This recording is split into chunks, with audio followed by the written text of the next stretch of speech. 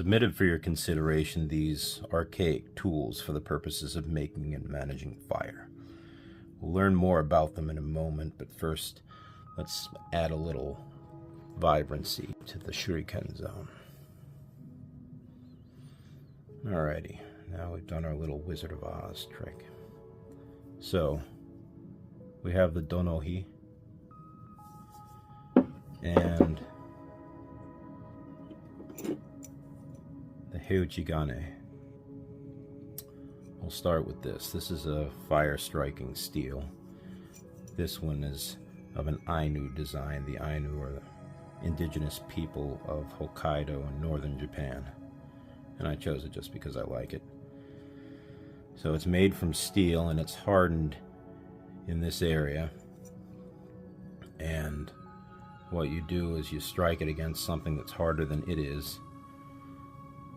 The harder material drives tiny particles, which are red hot, off of the steel, and you catch it on a flammable material.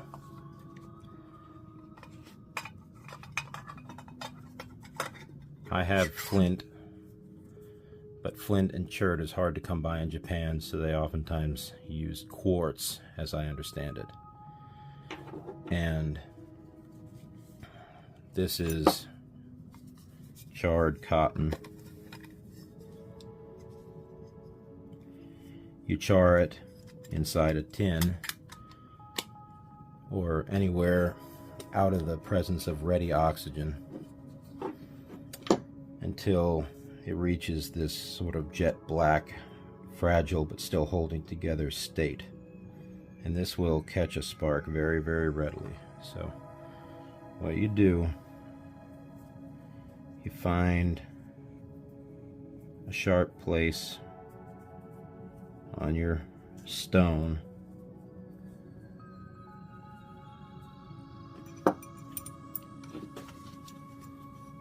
and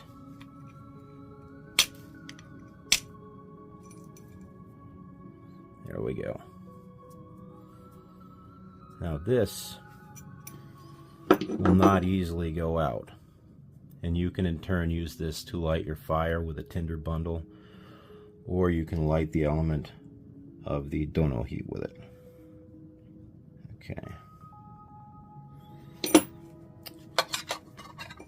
So, moving right along, getting the flint particles out of there.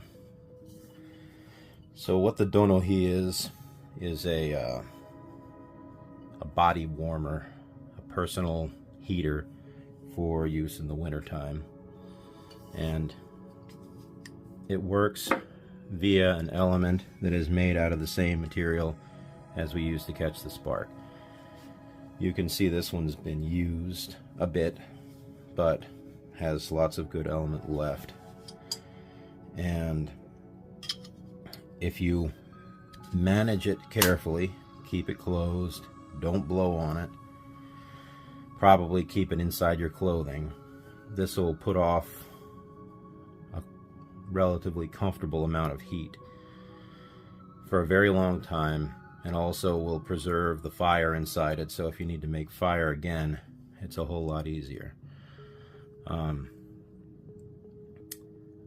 For anyone who wants to make it, I made this one based on the directions from a military manual called the Shoninki, and this one's about 7 inches long, and I used 1.5 inch copper pipe, a couple of sweat caps, cut these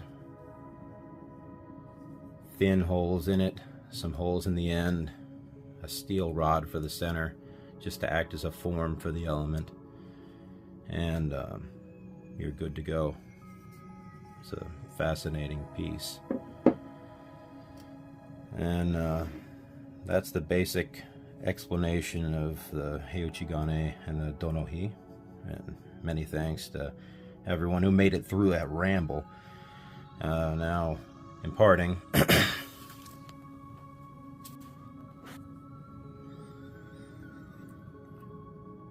remember to play with fire carefully, both in everyday life and in the shuriken zone.